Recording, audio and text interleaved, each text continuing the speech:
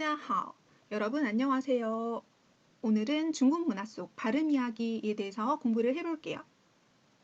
최근 이슈에 대해서 잠깐 언급하고 지나가겠습니다.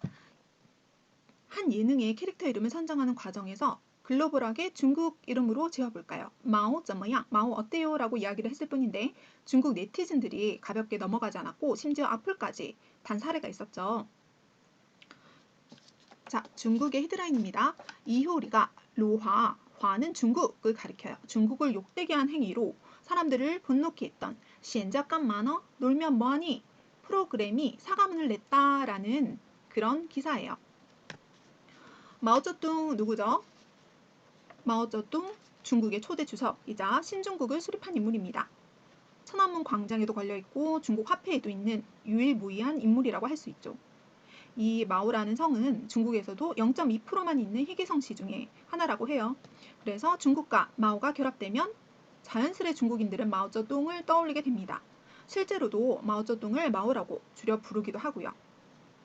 하지만 우리나라 많은 사람들은 이 마오쩌둥이 모씨인 거를 몰라요. 모르고 비난받을 이유도 해명할 이유도 당연히 없습니다. 하지만 그들의 입장에서는 이 예능 캐릭터 이름으로서는 굉장히 부적절하다고 생각을 하고 있죠.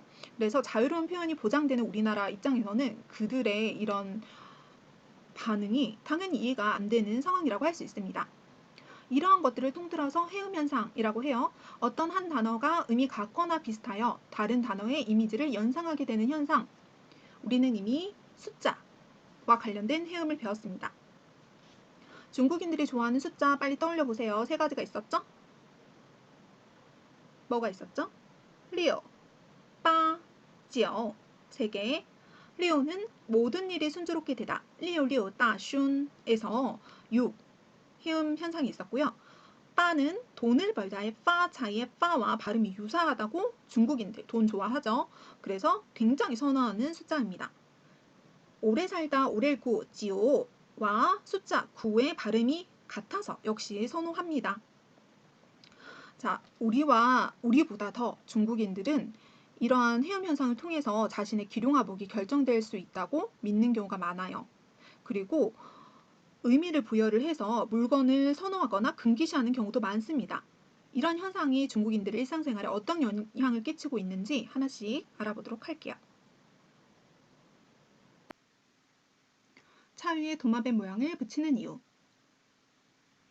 중국의 차를 보면 도마뱀 모양을 붙이고 다니는 경우를 종종 볼 수가 있습니다. 선생님도 처음에 봤을 때 왜 하필 도마뱀일까? 무슨 의미가 있을 것 같은데 라고 생각은 했지만 그때 바로 찾아보진 않았어요. 나중에 알고 보니 중국에서 도마뱀을 삐호라고 하고 보호하다는 삐호라고 합니다. 발음이 굉장히 유사해요. 그래서 사고로부터 보호하길 바라는 중국인들의 바람이 담겨져 있습니다. 이화여대가 중국인들의 관광명소. 이익을 내다라는 리빠와 이화여대의 이화, 백꽃입니다. 리화 발음이 유사하여 방문하면 돈이 들어올 것이라고 생각하는 중국인들의 심리가 반영되었다고 합니다. 역시 해음 현상으로 인해서 이 방문을 선호를 한다는 것인데요. 물론 이런 마음도 있겠지만 선생님이 생각했을 때 중국에서는 여대가 굉장히 적습니다. 그래서 전통 있고 또 이대가 이쁘기도 하니까 중국인들이 서울을 방문을 했을 때 한 번쯤 찾아가 보고 싶어 하는 것 같아요. 중국인들이 복자를 뒤집어 놓는 이유. 복을 뒤집다는 따푸라고 합니다. 뒤집다라는 뜻인데요. 복이 오다, 도달하다, 따푸와 발음이 완전히 같아요. 복이 들어오길 바라며 복을 뒤집어 붙인다고 합니다. 물론 똑바로 복자를 붙이는 경우도 있지만 이 해음 현상을 이용을 해서 이렇게 중국의 가게나 가정집 앞에 복자를 거꾸로 붙이는 경우를 아주 많이 볼 수 있어요. 중국인들의 물고기 사랑이란 년년유여, 니엔니엔요위의 여유롭다, 남을 여자 위와 물고기어 위는 발음이 동일합니다. 1년 내내 여유가 있길 바란다 라는 의미로 중국인들은 물고기 관련 그림이나 장식 아니면 아예 물고기를 키우는 경우가 굉장히 많습니다.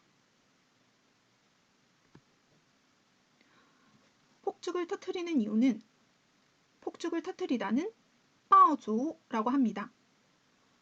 복을 알리다, 爆竹. 발음 비슷하죠. 그래서 명절뿐 아니라 결혼, 기업, 기쁜 일이 있을 때 이런 폭죽을 터뜨리면서 서로 이렇게 축하를 하는데요. 또 이 요란한 폭죽 소리는 재물신을 환영한다는 의미도 있습니다. 그러나 중국 정부는 이 폭죽으로 인한 미세먼지 안전의 이유로 금지령을 내렸고요. 일부 허가된 지역에만 실명제로 폭죽을 구입해서 사용할 수 있다고 하네요. 춘절, 우리의 설날에 해당합니다. 그 춘절에 만두를 먹는 이유. 중국에서는 새해가 시작되는 밤 12시부터 빚은 만두를 먹는 문화가 있습니다. 만두를 饺子라고 하는데요. 이 자시, 예자, 饺子, 지아오와 발음이 유사하기 때문이라고 해요. 이것도 역시 해음 현상인데 그 춘절 전날 온 가족이 모여서 함께 모여서 이렇게 만두를 빚고 같이 이 자정을 넘기면서 만두를 먹는 것이죠. 자, 선물 문화 보겠습니다. 중국은 선물 문화가 잘 발달돼 있어서 중국인들과 교류를 하다 보면 선물을 주고받는 상황이 생깁니다. 그래서 선물 중에서도 선호와 금기가 물론 존재하는데 어떤 선물을 선호하고 기피하는지 한번 보도록 할게요. 중국인들은 사과 선물을 좋아합니다. 사과는 중국어로 빙고라고 해요. 평화를 뜻하는 평안, 빙의 빙과 발음이 같기 때문에 집안의 평안이 가득하길 기원하는 마음을 담아 많이 선물합니다. 성탄절을 중국어로 빙안예라고 하는데 역시 같은 평자가 있죠. 빙, 사과를 주고받기도 합니다. 이 사과를 그냥 주고받는 게 아니라 이렇게 뭐 하트라든지 아니면 갖가지 이런 모양을 새겨 넣어서 포장을 해서 주고받는 거예요. 술 선물도 괜찮습니다. 중국어로 술을 뜻하는 지오와 오래 기다리다 라는 오래구 지오 발음이 같아서 상대방과의 좋은 관계가 오래 가기를 바란다 라는 의미를 가지고 있어요. 자, 이것은 여러분들이 꼭 알아둬야 될 해음 현상 중에 하나인데요. 중국인들에게 시계 선물은 안 됩니다. 시계를 선물한다는 송종으로 장례를 치르다 라는 송종 발음이 같아요. 굉장히 부정적인 의미입니다. 뭔가 내가 너의 마지막을 끝내줄게, 장례를 치러줄게 이런 의미라고 해석이 될 수가 있어요. 그래서 쾌종시계, 탁상시계를 선물해 주지 않습니다. 손목시계는 쇼비ao 발음이 다르죠? 그래서 시시각각 나를 생각해 주세요 라고 하는 의미로 좋은 선물이 될 수 있다고 해요. 이거는 쿵푸어슬이라는 그 주성치 장강치로의 남자 주연 그 아버지 역을 맡은 배우기도 하고요. 그 배우가 감독도 하는데 이 쿵푸어슬이라는 영화를 제작을 했습니다. 이런 영화에서 이 죽은 주민의 복수를 하고자 범인을 찾아간 부부가 종을 선물로 가져가는 장면이 나오는데요. 이것은 바로 네 마지막을 끝내주겠다. 너의 장례를 치러주러 왔다. 죽일 것이다. 라는 의미입니다. 이처럼 문화를 알고 영화를 보면 왜 이런 행동을 했는지 좀 더 잘 이해가 되겠죠? 내게 배를 주다니. 이별 통보인가? 배는 중국어로 리라고 합니다. 그런데 헤어지다의 리 발음이 같아요. 그래서 연인, 부부 사이에는 주고받지 않습니다. 중국 영화에서 배고픈 두 형제가 배를 나눠 먹는 장면이 나온다. 그러면 약간의 복선이구나 생각할 수 있어요. 얘네는 곧 헤어지겠구나. 이런 느낌이 드는 거죠. 중국 가정에 초대를 받더라도 우리도 손님이 오시면 과일을 깎아서 이렇게 주는 경우가 있잖아요. 대접을 하는데 중국도 마찬가지입니다. 그런데 보통 배는 내놓지 않는다고 하네요. 다시 보자. 거북이와 관련된 선물. 이것은 선생님도 그렇게 인지를 하진 않고 있었는데 우리나라에서 거북이는 좋은 의미잖아요. 거북선도 있고 무병장수를 의미합니다. 의미가 좋아요. 그런데 중국에서는 귀신을 뜻하는 이 귀,괴이와 발음이 유사를 해요. 그래서 거북이 모양이나 거북이 무늬가 들어간 물건 또는 관련 선물을 피한다고 합니다.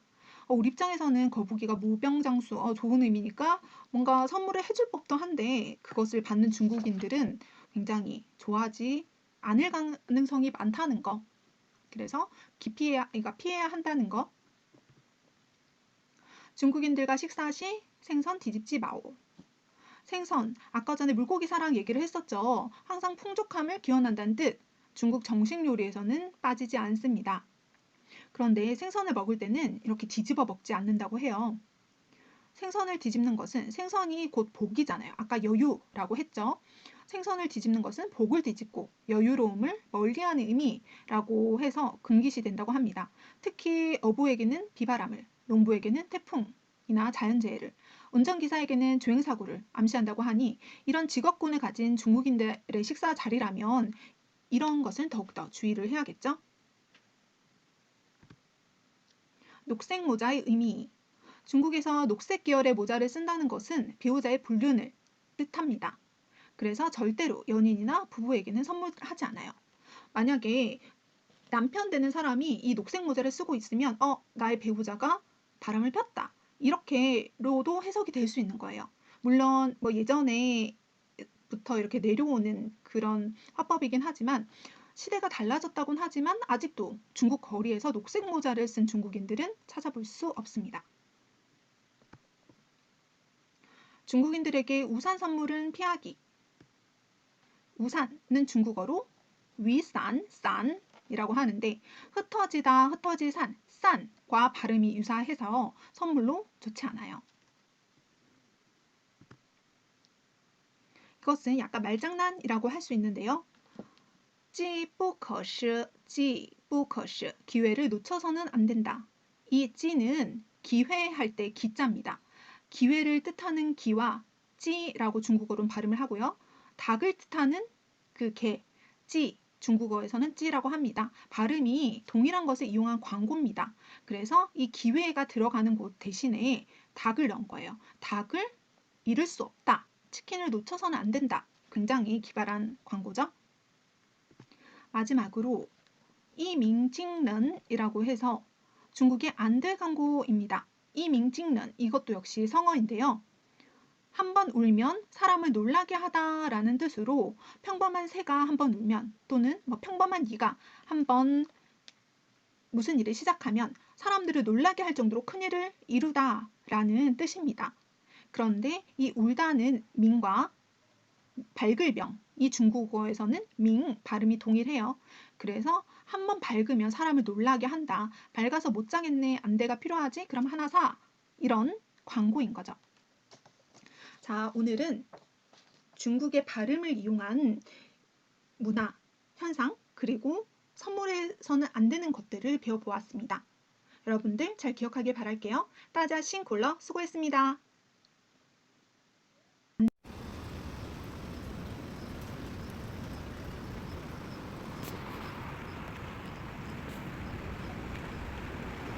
안녕.